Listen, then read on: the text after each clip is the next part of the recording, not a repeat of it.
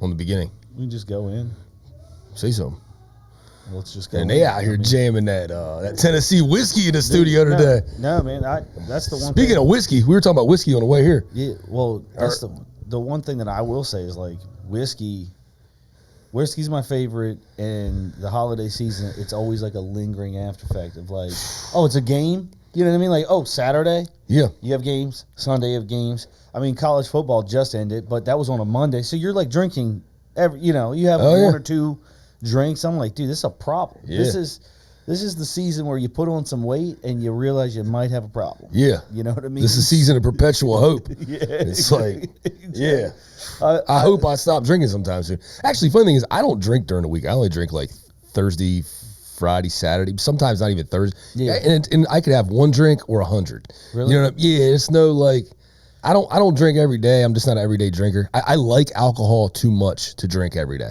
If that makes any sense. So I heard like there was somebody who actually said this to me the other day. They said, did you know people who drink the next morning, there's something with the enzymes in your brain and alcohol that it makes you actually way more foggier, even if you don't have a hangover, like you have like a fog or something. I can see that. Your brain doesn't process as fast or something like that. I was like, well, I don't know. Like I feel like, is that true? But then at the same time, I'm like, man, sometimes I can't even speak the morning after. I'm not hungover. I'm like tongue tied and everything. So I feel like it makes me articulate as shit though while I'm on it.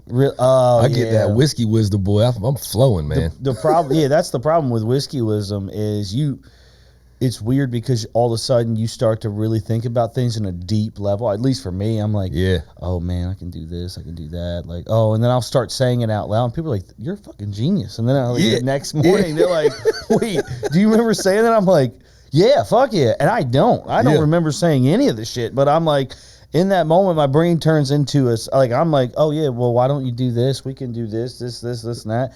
And everyone's like, man, Shane, you're really fucking smart, dude. Like, you're on it. And then all of a sudden, I feel like they realize the next morning, they're like, last night, man, you made a lot of sense last night. And you're like, you just shake your head. What do you say? Like, I'm not going to give it away that I didn't know. I mean, it's like Cat Williams when you say, just sitting there smarter than a dumb motherfucker. Yeah, well, exactly. Well, and it's like, I don't know. There's logic. I also think that whiskey I do my best reflecting on whiskey. That's me.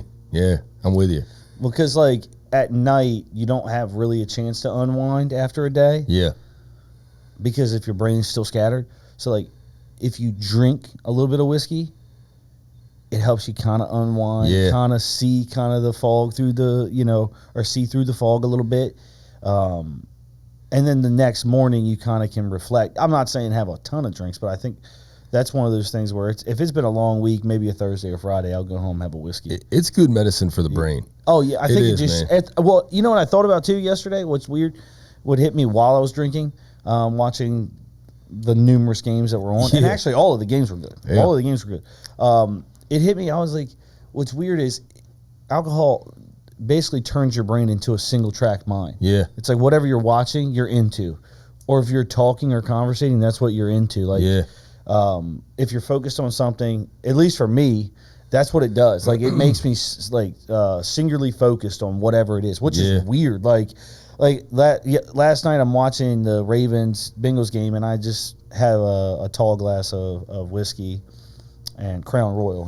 That's my favorite. And I'm like, I'm sitting there, and I start thinking about it. I'm like, man, I'm so into this Ravens Bengals game, and I was like, I don't give a shit who went. Like, technically, I'm like, the Bengals are coming to Buffalo, or I'd rather play the Bengals than I would play the Jacksonville Jaguars at this point, because that's a team that Trevor Larry, baby. Trevor Larry is hot. I feel like that's a team that can win. Yeah. It all they have something about them that they got hot at the right time. They remind me of the New York Giants. What was it? 2009. What was the team that beat the undefeated team? Was that 2009? I can't remember. I think it was 2009. The Giants got beat the Patriots. Yeah, 2009. I don't know if it was 2009. It was one of them years. 2007 or one of those years. That was I was. It's weird. They give me that vibe that they could sneak in and beat anybody. Like, they could go surprise Mahomes. But no, I was just thinking about it. I'm like, man, I'm so into this game. And I was like, and I haven't. And again, in real estate, your mind's always working. Yeah. Like, it just, was singularly focused on the game. Like I was like, I didn't have my phone was on the charger. I don't care about it. I'm like, oh man, this is great. You know, so I don't know. It is kind of like medicine for your brain. It is, man. Everybody say that. It's funny. Everybody like talks about like, you know, they get angry or they, you know, want to fight on whiskey. And I've never been like that. Like I've always it's always made me like sentimental. And I grew up with a group of guys, and how I really started drinking whiskey, young age, unfortunately, but we started drinking Jack Daniels, and we would pass around like little, just about half shots of Jack Daniels, and you chase it with Mountain Dew. You know? Oh, and that's a bad elixir because you've got the caffeine from the Mountain Dew and the sugar, and Jack Daniels, which is like rocket fuel. Yeah. So we would just sit around and talk, and I don't know. I just think there was something so communal about those days, and it's kind of carried over. I'm a completely different whiskey drinker now. I'm just a sipper. I like to take my time with it and enjoy it. What's your go-to? Man, that's a loaded question. I mean, my go-to, all right, so if it's football Sunday or something, I'd say, to be honest with you, like an everyday whiskey, right? A good everyday whiskey would be Templeton Rye. Okay. Templeton Rye is a good whiskey. It's not super expensive. You know, it's probably $35 for a fifth, you know, and you can just take that, put some ice in it, maybe just do like a 1 Mississippi of water. Yeah. But Templeton is a good whiskey that won't kill you price wise. Yeah. I'll tell you, man, I can get into everything from the cheapest, well, not the cheap stuff, but I can get into some high dollar liquors. Yeah. But I'll be completely honest with you. Jim Beam Black for the price point is as good as anything you can drink. I mean, honestly, I was drinking it over the weekend. Jim Beam Black's just good liquor. You know what I mean? I really like Russell. I really like Russell Reserve when it comes to bourbon. Again, that's not something that's going to kill you. Willet's really good. Willet is an exceptional. Yeah. When we get into the scotches now. I love Bowmore. I don't know why. Yeah. You talk about medicine, but you can taste like the medicine in that. Yeah. I always joke and says Scotch is rough, man. That's a rough thing for me to Bowmore, I always say tastes like a Band-Aid smells. And that does not sound appetizing. No, but it is. But yeah, I always get sentimental. That's how I started whiskey sessions, man. You know, because I would have these sentimental thoughts, and then it led in. I was like, man, I want to share these thoughts with the world. Is that one? Are you, when you do those, like, it's just a random question. When you do a whiskey session, are you how many drinks deep are you at that point? Very rarely any. I'll be completely honest. Yeah, I probably have a couple sips. Are you empty stomach though? What happens is I'll think of something throughout the week, and I'll be like, man, I really need to tell the world this, or I feel like I need to get it out. And if I don't get it out, I'm gonna lose my mind. So I don't want to tell you how it started because we've already talked about that. I don't waste too much time. But so my thing now is I'll pour a glass to showcase a glass of whiskey. Yeah. And then, I'll do it and probably maybe have a sip, or then I'll drink, I'll drink it afterwards. But, I'm not sitting there loaded. To be honest with you, when I speak, I really don't like to have any drinks. So you like to be clear-minded. I like to be clear-minded. I like to be in total control of myself. And it's like I was saying about, I like drinking. I really do. But I don't want to drink every day because I feel like I want control over it. You know what I mean? Yeah. So I like it. I feel like if you really like something, you shouldn't abuse it. You shouldn't smother it. You got to let it breathe. Yeah. And it's more special when you wait all week long to have a drink. Like it's a cheat meal or something. It's like Saturday morning cartoons, right? Yeah. We had to wait all week long, and it felt so special when you finally got it. So it's like Monday, Tuesday, Wednesday, Thursday. I'm like, I really want to have a drink, but I think I'll just hold out. And then by Friday, boy, I'm pouring that martini or I'm pouring that glass of whiskey, and I'm feeling anything in life, though? Don't you think? Like, absolutely. I mean, I remember as a kid, my family packed me the brown paper bag lunch. You get a sandwich, you get this. Yeah. And those were delightful.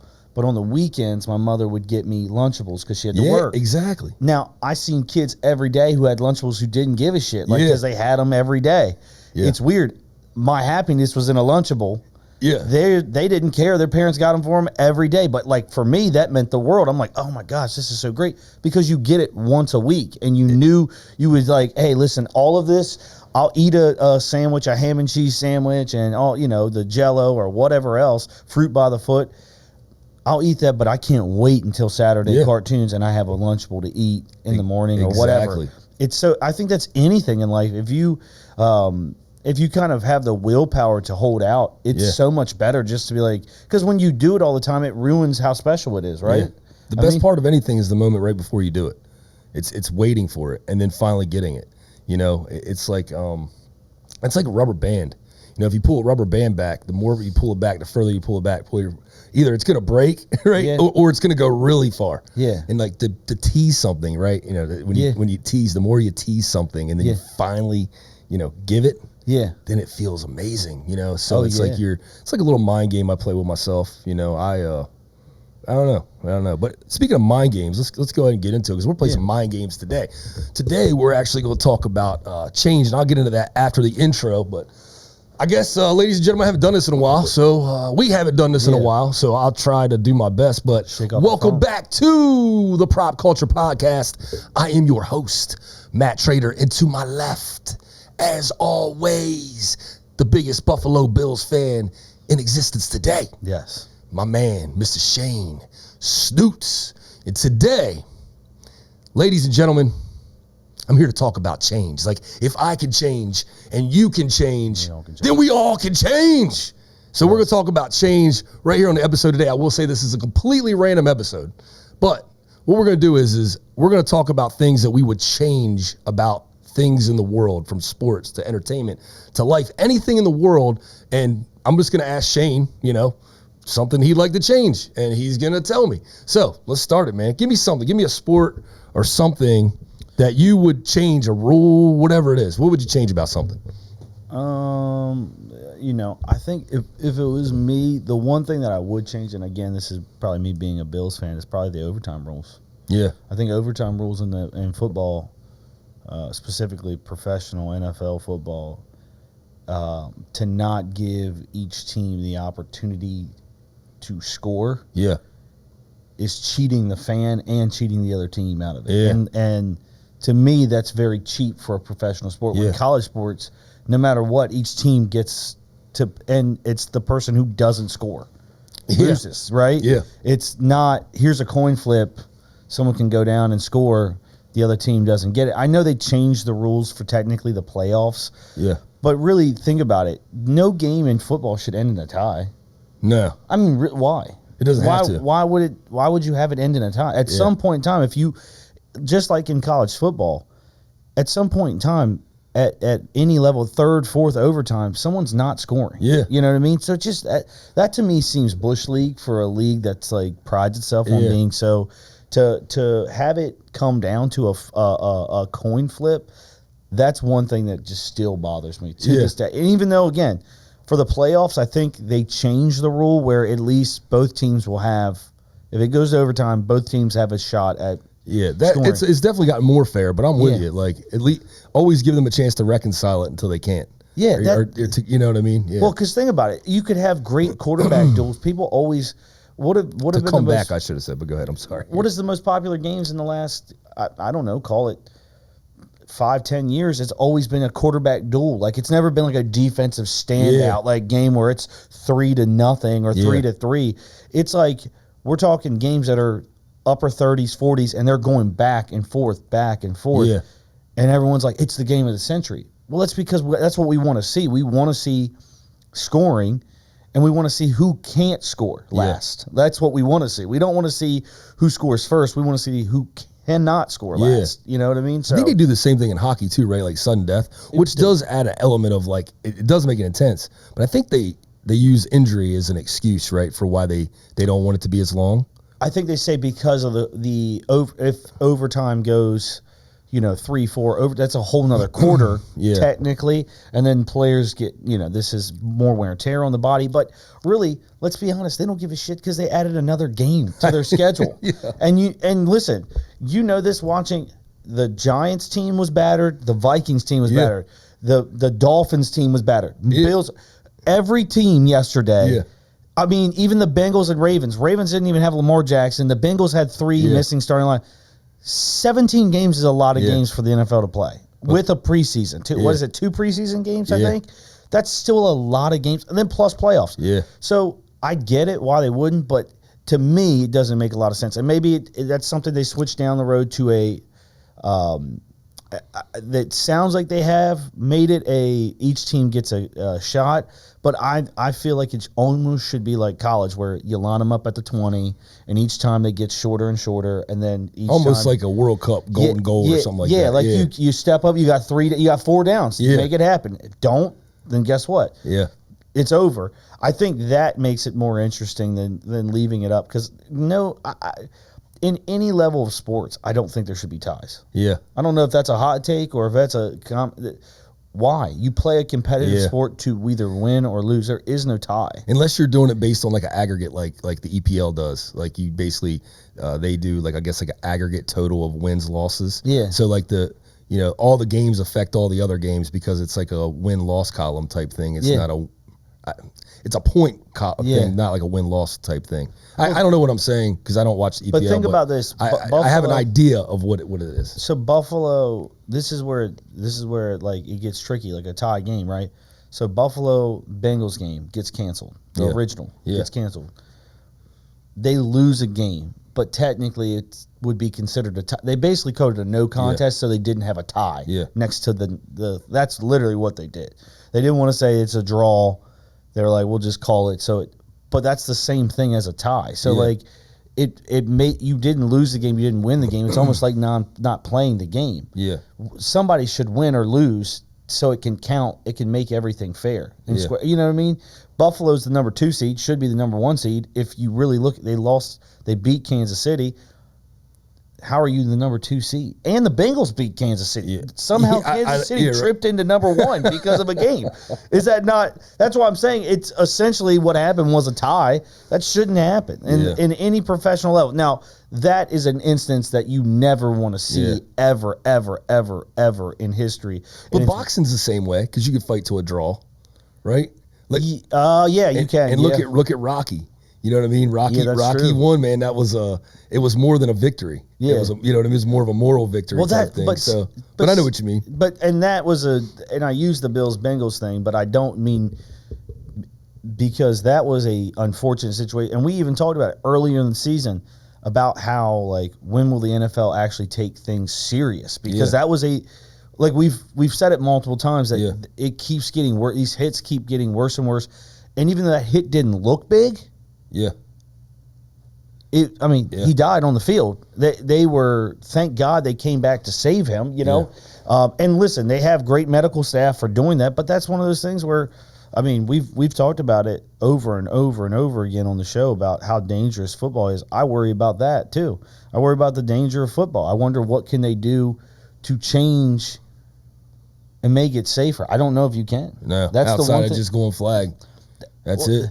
Well, that's what I mean. I don't know what you can do. That's one thing I would love to change is how can you change, the perception of football. I love football as a sport. I think it actually builds a lot of team camaraderie, all that kind of stuff together.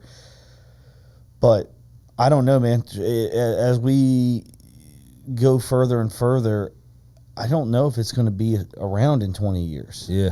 I don't know. I used to, so before I got into, well, actually when I got into real estate, I was looking for work. So I wound up mentoring this kid, working for his family really, who had a traumatic brain injury. Great kid, good kid, good mom. And I went up to a brain injury conference, like function with him one time. I was big into football. Of course, I've always been big into football. And one of the guys there said the NFL won't be around in 50 years. Now this was 8 years ago. Mm-hmm. And I was like, this is before like the brain injury thing had really become an issue. Like a serious, where they're actually taking. And this guy told me this, and I was like, yeah, okay, dude, whatever. And then like, I bet it was 2 years later that all this concussion shit started becoming an issue. And I'm like thinking about it. Look, the NFL makes so much money. They're going to figure out a way to exist. There's too much of the economy that rolls on it. But man, I tell you, it definitely seems that guy could be more right than wrong with that comment. You know, because but that's scary. It's something that I grew up watching, and I grew up playing, and it was football is a different sport altogether than basketball. Any other sport, basketball is very fluid. You're always running. Football is methodical. Football is any play can change the game. Yeah, and you can change the just by almost like. You don't have to be the most athletic, and I don't even know if that made sense, but you don't have to be the most athletic to win. It's not the best team that wins. Yeah. because it's called Any Given Sunday. Just putting in basketball, really, it's the athlete. If you have phenomenal athletes, you typically can outrun someone. You can ball. I mean, size, speed, and shooting, obviously does matter. That plays an effect in basketball. Baseball, it doesn't really, but you also, is it really a team sport?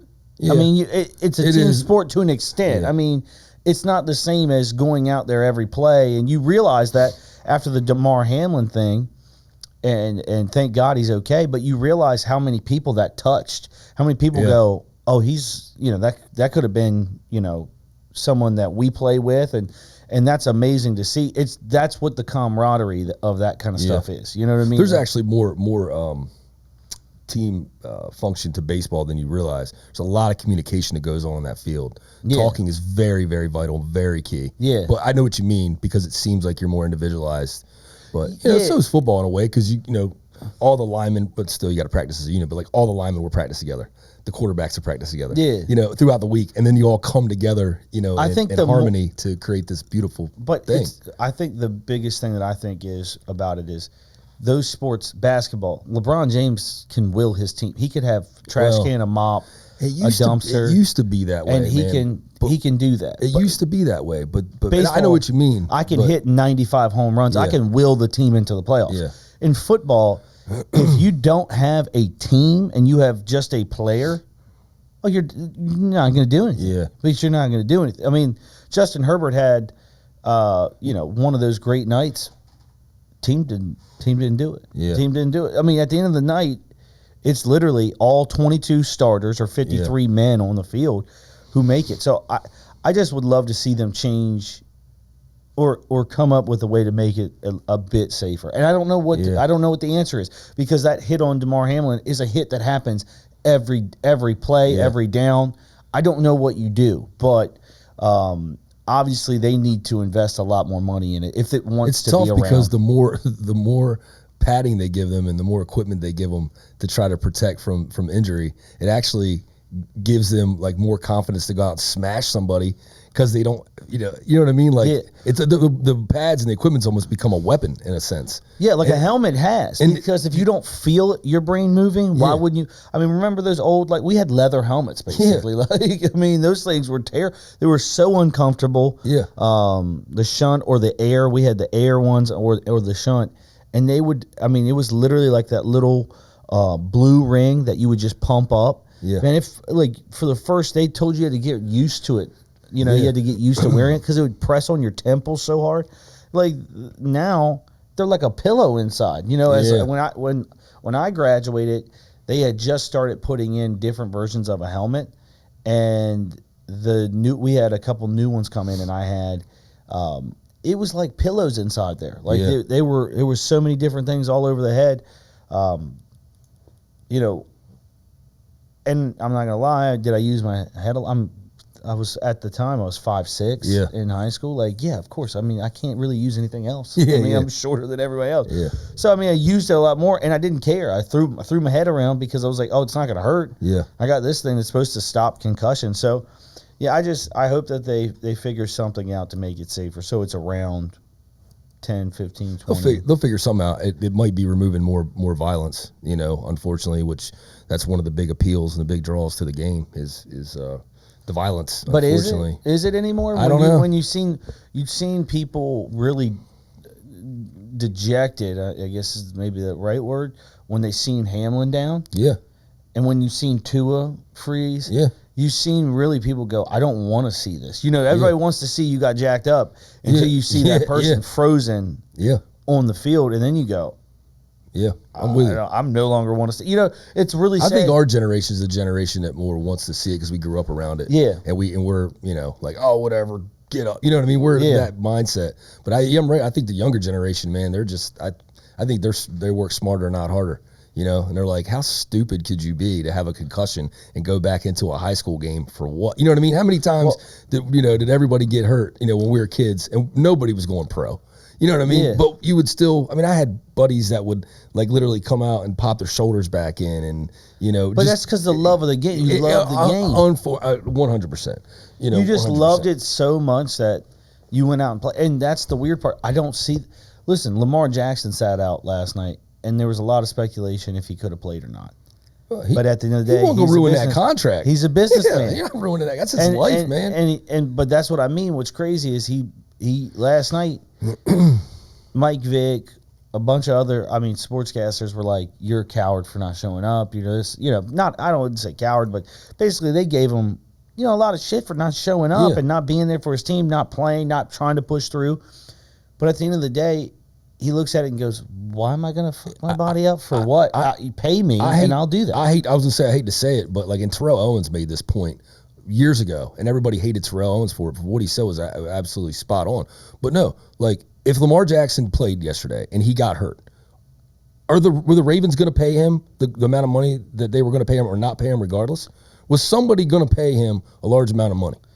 Or you know what I mean? Was somebody going to take care of his family? Look at Dante Culpepper. Remember what happened to Dante Culpepper when he wanted the payday from the Vikings? He got hurt. Yeah. They were like, "Yeah, you're not good anymore. Yeah.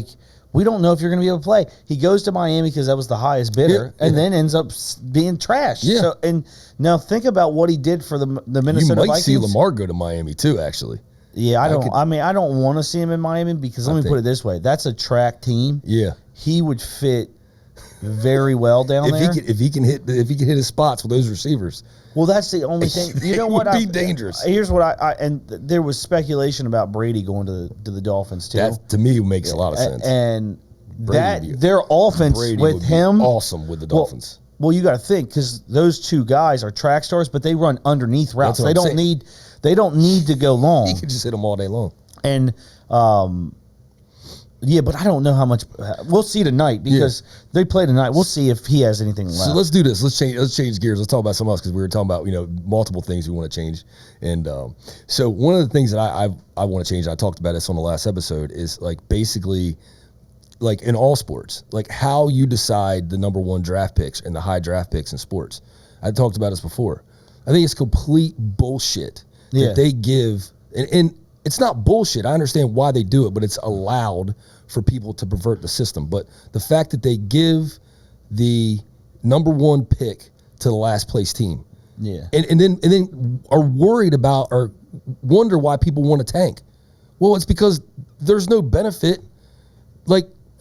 There's no benefit to win at the end of the season. You get more benefit to lose if you're out of the playoffs. So the way, and I talked about this before, the way I solved it in my fantasy league, and I really think this is the best way to solve tanking in all of sports. I think you give the number one pick to the team that just misses the playoffs, the best team outside of the playoffs. Yeah. Because then if you're out of the playoffs, right, every game you can't tank because the more you win, the better your draft pick is. So, for example, I don't know who was terrible this year. Give me a team, the Cardinals, right, or the Bears, right? The Bears and the Texans. If I was a Bears fan or a Texas fan, at the end of the year, and I'm watching Week 18, I'm rooting for my team to lose because I know I get a higher draft pick. You should never, ever be forced as a fan, an owner, anything, to hope for your team to lose. But if you were in Week 18 and you were a Texas and Bears fan, and you know that if you won the game, you could potentially move up in the draft spot, you'd be rooting for your team to win. Yeah. So I think that's how you solve the problem. You give it to, and eventually it'll funnel itself out. It's going to work itself out through free agency. Not everybody hits on draft picks. It will filter itself out. Do you think it would be? Here's my question. So I don't know how many number one. I don't know the statistic on this, but how many number one overall draft picks have been busts? That's what I'm saying. I don't know. I don't know the number. Yeah. Not everybody's going to hit. I don't know. But no, my only I think question to that is the reason for that is these teams, these small market teams cannot get free agents. So, and I'm a Bills fan, you're a Minnesota fan. Yeah. They have attention on them now because of the quarterback in our system. And then you guys have Justin Jefferson, so you have prolific players have brought attention to these small market teams. But let's just say, Cleveland, no free agents going to Cleveland. Yeah. They want to play big market teams. They want to do that. So the draft it kind of gives an equal playing field. I feel like right now, I know what you're saying because it is true. Lovie Smith. Shout out to Lovie Smith for doing a real boss move, knowing he was going to get fired, and was like, I'm going for it, and I don't care. Fuck it. I'm going to get fired. Don't care. But I do think that in this scenario, I agree to an extent with what you're saying. My only contort is it just will never.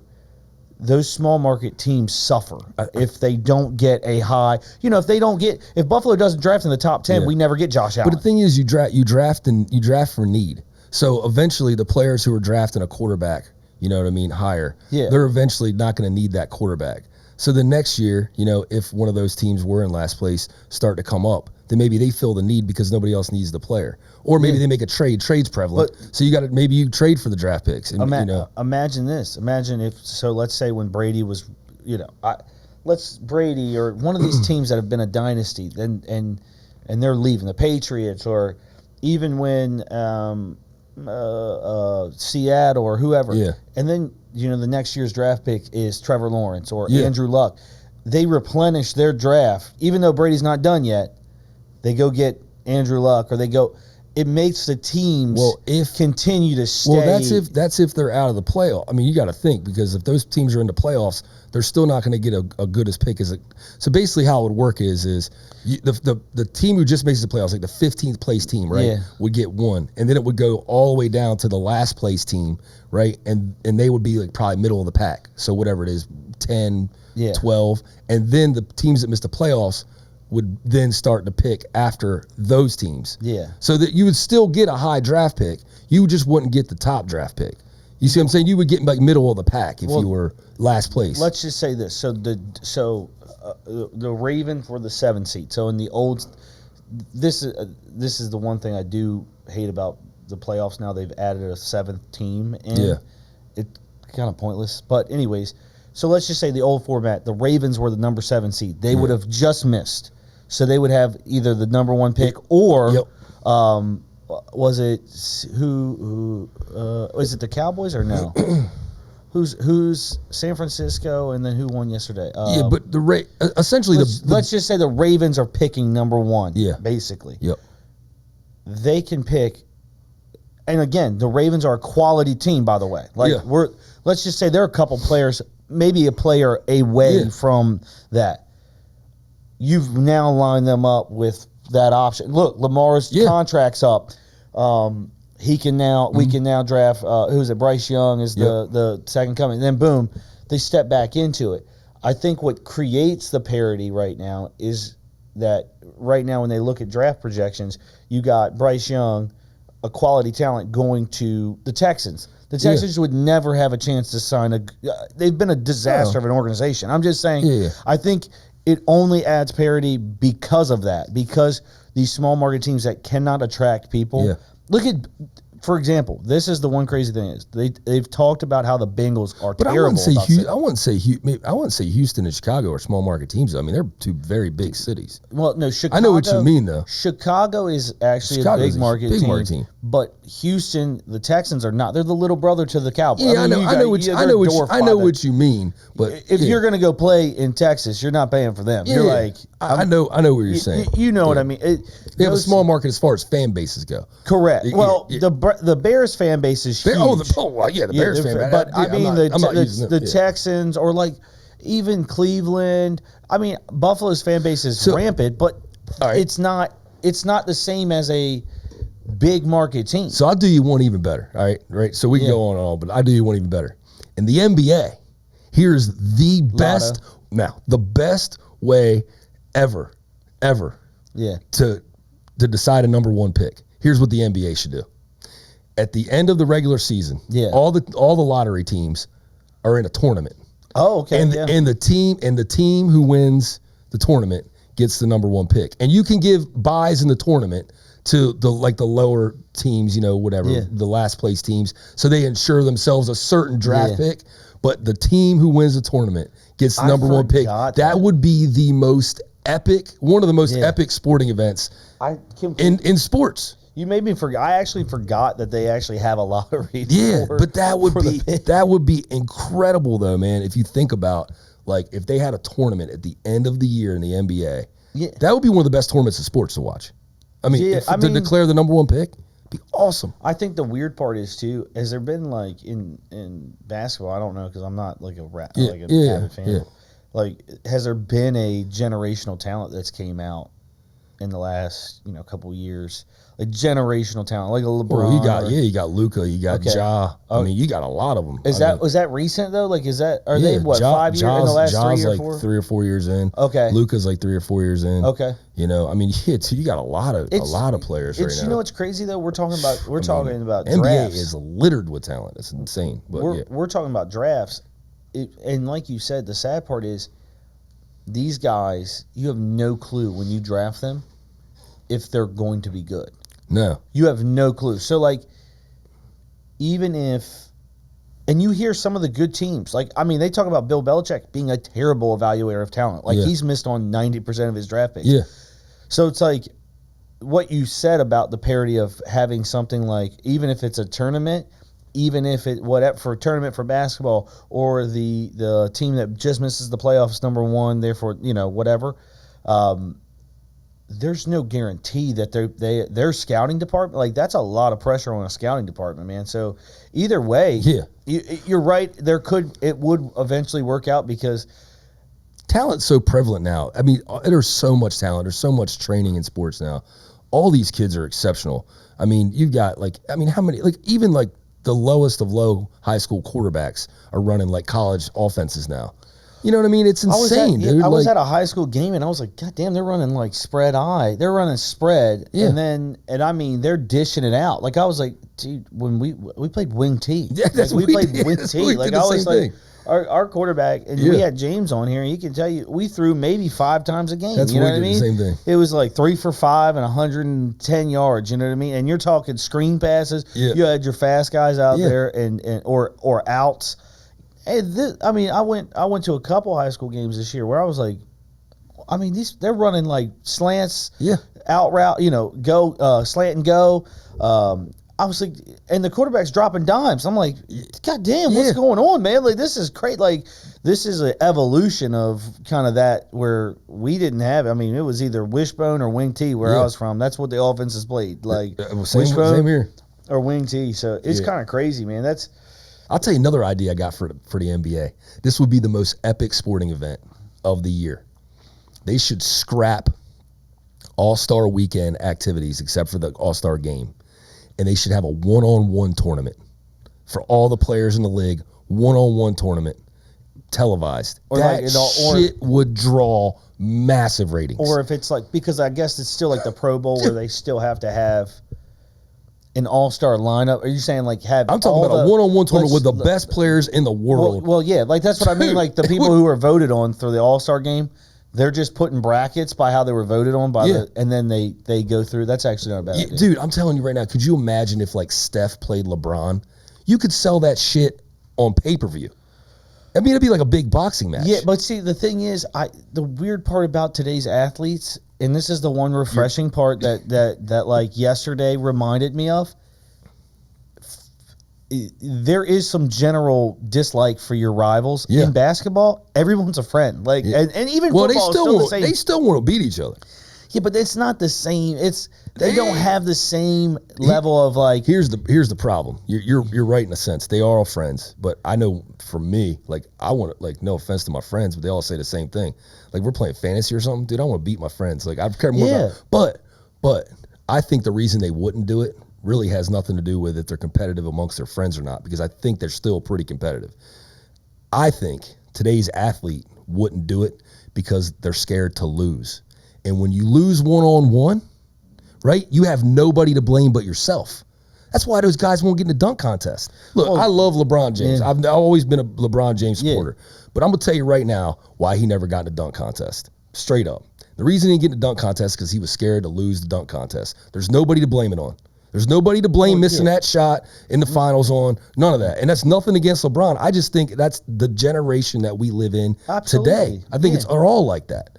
Not all of them. I think Ja Morant is not like that. He's a pretty dangerous dude. I think that's I use LeBron as an analogy. It's a really good idea. That's a really good idea. I just don't.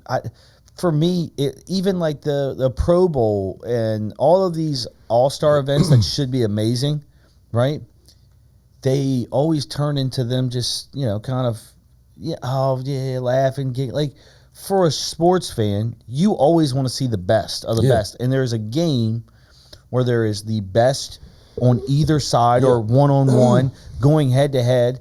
What is it that you can financially incentivize them to do that for? Is it, I don't know, what's the number? I think that's if it's a one-on-one tournament, do they get $1 million at the end, or what? I think number one, if you're get one-on-one against another person, like, I think you're trying your hardest, even if it's for no dollars, right? If you but if the other person's not trying as hard, it's a I'm with you. But I'm with you. I mean? Do you give them $1 million to the winner, $2 million? Do you give some money to a charity? Yeah, I actually it's like a prize fight. You have to give them something. Well, because at the end of the day, let's just say the one of the last people picked on the All-Star team goes out there and his minimum salary is not that. Yeah, he's gonna go out and ball. He's gonna go out and try to I don't think people like LeBron give a shit about money, because they're paid. No, it's ego to them. Yeah, they don't.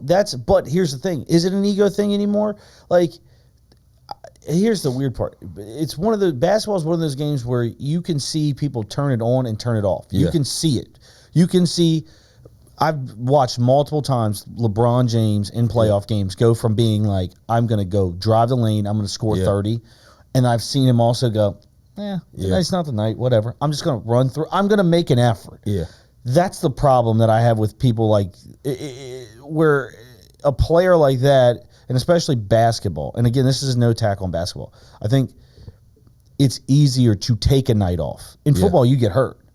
Baseball, really, do you take any night? I mean, I know what you mean. You know what I mean? Like, I think, but it's so much easier to score, right? Yeah. I mean, because you're a basketball game can change and I mean, you have to find rest periods in your game. It's like when I was doing CrossFit, like you have to find moments to rest within the game. You know what I mean? Yeah. Like when you're doing CrossFit, like you always had to psychologically program some rest into your why. Yeah. Because you got to get that. You got to be able to recapture that energy. So like, if you just went on a run where you're, I don't know, blocking a couple shots, making some shots, you might have to take a couple plays off to recapture that energy to sustain in the game. It's load management, really. Here's the thing about LeBron, though. And again, it's not a tangent because I think he's a phenomenal player. I do. Yeah. I think he's a phenomenal. But there's been times when you can see like somebody like Steph, they're outside shooting range, boom, boom, 3 or 4 go in, and you can almost see like he goes into more of a passive mode. Like, I'm not, because there's been games where he's like fierce, run down, boom, boom, boom, and he's on a run, like you said, and he probably plays majority of the minutes, so I'm sure he's tired. Yeah. But I think the one thing that does bother me about someone like him, he is so athletic, so talented. Yeah. So at any point in time, he can take over a game. At any point, if he played one-on-one, why wouldn't he win? I think his thing is he was always programmed to play the game as more of a team game and pass and distribute. And I think that's been built into his head and he can't get it out. So sometimes he's making the right basketball play, but it might not be right for the moment because maybe he should just take it and drive. But I think he's so programmed to play the game the way it's supposed to be played, or at least he thinks it's supposed to be played, that, I think but let's think about this. Let's think about this and we'll get off. We'll move to another subject. I don't want to get caught on this. One thing I do want to say is he is so talented. And most of the people in the NFL, NBA, MLB, any professional athlete is super talented. The one thing that I will say is someone like him who is, I think that he is miles ahead of like he's a generational talent. 100%. No offense to Steph Curry. He can shoot a 3, but he's not LeBron James. He'll never be LeBron James. So someone like him whose mindset should always be like, I'm going to go. I could eat at any point. He should always be that way. If he had the mindset and killer instinct like Michael Jordan, but his frame, he would literally be the GOAT. Yeah. There is no question about it. The problem is with the patty cake, with all the I'm friends with everybody and this and that. No, if that would be the only downfall of an all-star one-on-one game is if it started turning into we're not, because you love when you see trash talk. Let me tell you something. That game last night, Bengals-Ravens, what made it interesting? It was a second-team quarterback, but they were, every hit, everything mattered. They weren't friends. When them boys play, you think about it, LeBron and Draymond are good friends, right? But I mean, the shit that went on between them two, but they weren't though. Where LeBron stepped over him, yeah, and then he was talking shit to KD. I mean, they get in each other's face. It's like Jordan. Jordan was out golfing with all of those with guys. Charles Barkley. They were all friends too. It's just, you know. I mean, but Jordan was way more savage. They also him. have rules against fighting as much now too. So the modern athletes had to be more smarter. Because the Ron Artest really changed that a lot. Yeah, back in the day, dude, you could get more physical. You can't do that in today's NBA. Well, so they got to be a little bit more smart. But yeah, so I don't know. Let's go on to something else. So give me something else we'd change about something. You know what I thought about the other day, and you know, I think it's baseball. I wish they could trim down a baseball game.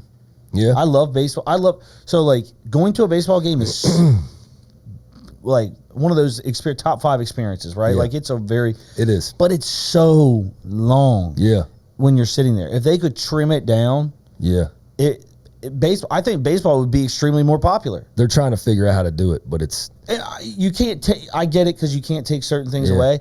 But I also, it might, if you condense it more, it might make it a little more exciting. I think there's a simple way to do it, and people argue with me about this all the time.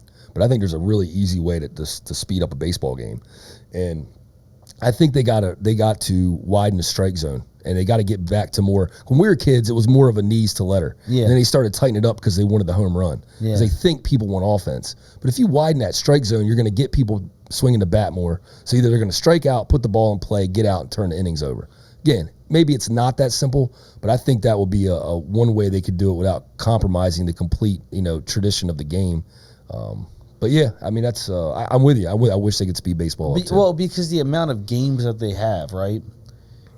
They would have I mean, how many baseball games have you been to where the stands are practically empty? Yeah. You know what I mean? Like I've been to Camden Yards, and I'm not saying they're empty, but they're not full. Like a football game, go to Ravens Stadium on Sunday. Yeah. Go try to find a seat in there. Yeah. Go to a basketball. Go to a Wizards game and see if you can find it. If any good team is in town. Yeah. You're not. But for baseball, there's so many games, and people go, I don't want to be here until the game starts at 7. I don't want to be here until 12 o'clock at night. And you're right, though. It is cool to be a baseball game, though. But you're right. It's well, I'm just saying it's just the fan, and plus, even on TV, it's a hard watch when you're. It's a hard watch to stay tuned to something, stay glued to something for 4.5 hours. Yeah. When it's not. When it's not moving. No, it's just a strike or pitch. Okay, pitch. Okay, pitch. Okay, pitch. Oh, ground out. And then you're like, start over again. And that is a rough way to, it's monotonous. And we as viewers are so programmed that we don't want just the same, like, rinse, wash, repeat. Yeah. So I don't know. MLB to me, I feel like is another sport that I worry about 10 years from now. I don't worry about soccer though. Soccer, what did the World Cup show you? America loves soccer. We love the World Cup. When you have interest in it. Like when you have, the World Cup or soccer moves. But soccer, that's what's crazy. And they don't care about scoring. It's just about action. It's nonstop. Well, that's what's crazy is the World Cup was, I mean, you couldn't get on any social media site to not see that they were Team USA or just World Cup in general. How can they bottle that and put it into a thing to make it more popular here? Okay, so this talks about something else we could change. The way you can make soccer more popular and the way you can make the United States better at soccer is to make the MLS better. But in order to do that, you got to take the soccer fans of this country that watch the EPL and all these other things, and you have to get them more into the MLS product, which is difficult because that's like asking, us NFL fans to like want to watch the CFL because the level of play is that drastically different between those two programs. But if you could make the MLS more popular, where the MLS had the money to give contracts to localized players, to domestic players, like the NBA or the NFL or MLB does, I think what you'll find is more of our great athletes would start to choose soccer. Think about this. Think about if Tyreek Hill didn't choose football, he chose soccer. Yeah. Right? How good would the United States be if our best athletes chose them, and then we also had the funding for better programs and academies like these other countries do? At that point, we would be very hard to beat. Well, what's crazy is, and this is where I think there's a pendulum swing. I feel, and again, I could be completely wrong, that soccer in 20 years will be more popular than football in the U.S. And in the UK, they love football. Yeah. They love our version of football. It'll probably never be more popular than soccer or their version of football. But I'm starting to feel that soccer, people are like, even parents are going, I'd rather my kids just play soccer instead. Like, it's just easier. I don't have to worry about this. Even though there's still hits, it's just not the same thing. Like, I'd rather them play soccer than have to play football and worry about it. I just feel there's a pendulum shifting. And like you said, there's going to be, if they can pay them, right? Yeah. Then you are going to get the best athletes. I think, trust me, man, what you're saying, I've argued for a while. And it is tough to think in 20 years soccer would overtake football. But like, honestly, when you think about the kids, what they watch, I pay attention to what a lot of kids watch. And like, my kid has a Jersey Day at school. Now, this might just be my son's or our son's school. You go to Jersey Day at school, and I'd say 50% of the kids got soccer jerseys on. And then like maybe 20% of them got like, NFL jerseys, and then the rest of them got like basketball jerseys. Basketball is actually a sport that could, I mean, they were already taking China over. Like they had basically claimed. I think the NBA in 20 years could easily be the number one sport. In 20 years, I just think, even though they technically say football is the most popular American sport, I think 20 years from now, I don't know if that's the case. I mean, we might still love watching it, but who's going to play? Yeah, who's playing in the league? You know what I mean? That's the problem. Like it still might be popular. I'm with you, dude, 100%. But it still might be one of the most popular sports. But who's playing in it? Because if you're not getting A-level talent, what are we watching? Yeah. I mean, that doesn't make a lot of sense. It's like when I argue with my friends all the time, about, look, nobody's going to dispute that football is the biggest sport right now. Yeah. Nobody can dispute that. It is, and at least in this country. But when you make a comment like you and I are making, well, what's it going to be 20 years from now? Correct. 20 years from now, is the talent going to be there? Because the pool might dry up. Yeah. You know what I mean? Well, so you're right, 100%. Well, Josh Allen, 6'6", 260. Does he go, I could go play basketball? Yeah. All I got to do is learn how to jump. In high school, I can just go learn. I don't have to take the risk, Yeah. Tyreek Hill, like you said, I'll just go play soccer and I'll get paid to do that. Yeah. Like, these players can start making decisions that get, well, I don't need to do that. And the thing is, man, is growing up, these kids, you don't have to be the high school quarterback to get girls anymore or to be cool anymore. Yeah, you don't. Like, hell, man, there's kids like that are like, YouTubers and gamers that are just as popular as like as the high school quarterback now. So it's like these kids are into everything. I think jocks are out, man. Like, I think being a stereotypical jock, from our 90s, being a football player doesn't have the same feel to it like it used to. Yeah. Like, there used to be a prestige. You would make the team and people would be like, oh, he plays on the football team. Yeah. Now people are like, oh, he's on the football team. Yeah, he's on the football team. Like, it's not a big deal. Back in the day, it used to be like, no, he's on the varsity football team. He's the real deal. You would like, you would make it, it would sound pretty special when you say, now they're like, yeah, he plays on the football team or whatever. Yeah. It's like, it's completely changed. But now they'll be like, but somebody will come up to you and go, no, this person does X, Y, and Z, and they do this, and that. It has nothing to do with sports, and they're like, he's really important. Yeah. But the varsity football player who's, that doesn't matter anymore. I don't think sports really matters. And you think about that, and to think about where sports are going long term and will it be popular. So you think about what you just said there. And you think about, are these kids at 9, 10, 11, 12, 13, 14, whatever, how old they are.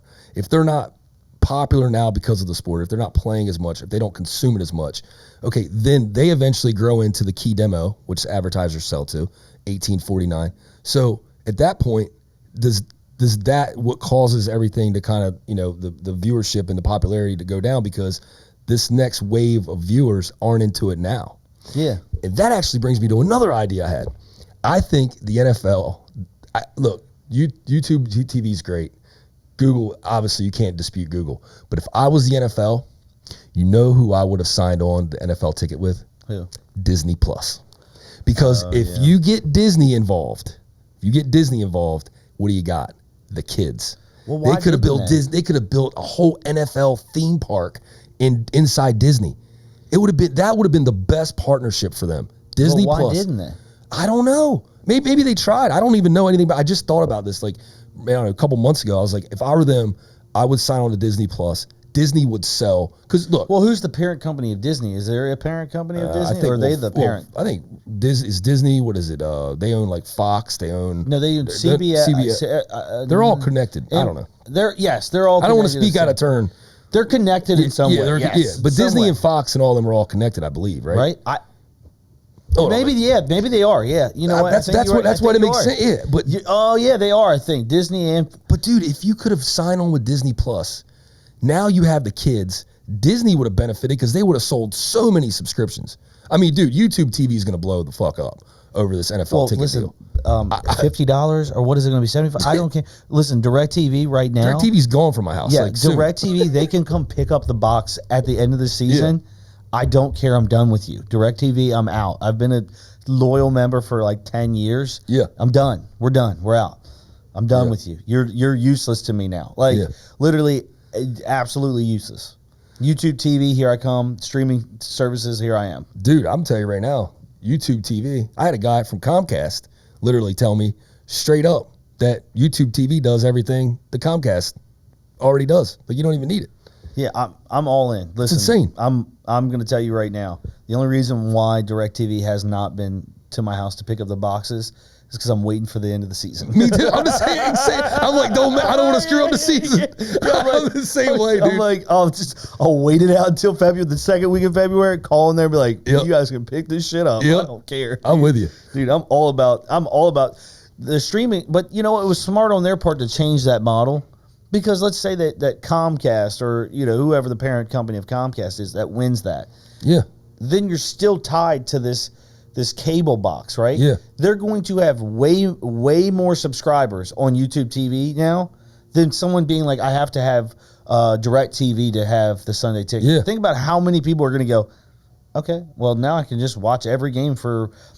They said the Sunday ticket was what, $50 a month? Yeah. Was that what it was for DirecTV? So let's just say it's $50 a month. How many people are signing up tomorrow for that? They're like, whatever. And I think from my understanding, NFL TV or YouTube TV and the NFL are partnering to make it an actual 24/7 like service. Yeah. Like it's going to be a full-on app where it's all the games, but they'll have other shows and programming on there. So it's going to be a whole ordeal. Oh, Google's going to do it good. I'm not blaming them for going with Google. I mean, you can't deny that, but I just think if you have a youth problem, which the NFL does, I just think that signing on with Disney Plus would have been an amazing move for them. Amazing. I mean, dude, think about it. Well, they're partnering with Nickelodeon, don't they? That's brilliant. See, they recognize it. I mean, they recognize that they got to get the kids more involved long term. It's all about what the next generation's doing. And right now, the next generation is playing Fortnite, and it's Jesus, dude. That game is the devil. Well, here's the thing. You know what's crazy is I actually said this, and I know we're getting short on time, but I said, what changed with us was, if you remember, games started to become way more violent. So, like, violence is not the same stuff that would normally, like, affect people. Yeah. Like, we have this, like, weird group of people, like millennials, that is used to, your video games are 10 times more violent, your shows are more violent, and we're like, oh, that's normal. Yeah. Like everything, it's normalized now. It's terrible. Like, I don't. It's not a good thing, but Grand Theft Auto and all that stuff that came out. It's like, oh, you carjack someone, shoot them in the face. It's like, no wonder people are fucked up. Yeah. I mean, this isn't a game. You know what I mean? Like, so, that's one thing I hope that can change is going back to a little bit of normalcy in the world, man. Yeah. I mean, just. There's a lot of crazy shit going on, man, outside these walls, every day. Not just sports, just everything. You're right about that. And I think that's a good way to wrap it up. Yeah. Because speaking of outside these walls, we need to get outside these walls. But look, I hope you guys enjoyed the show today. And I think we'll see you next week or the week after. And the week after that, we're going to keep on rolling right here on Prop Culture. See you.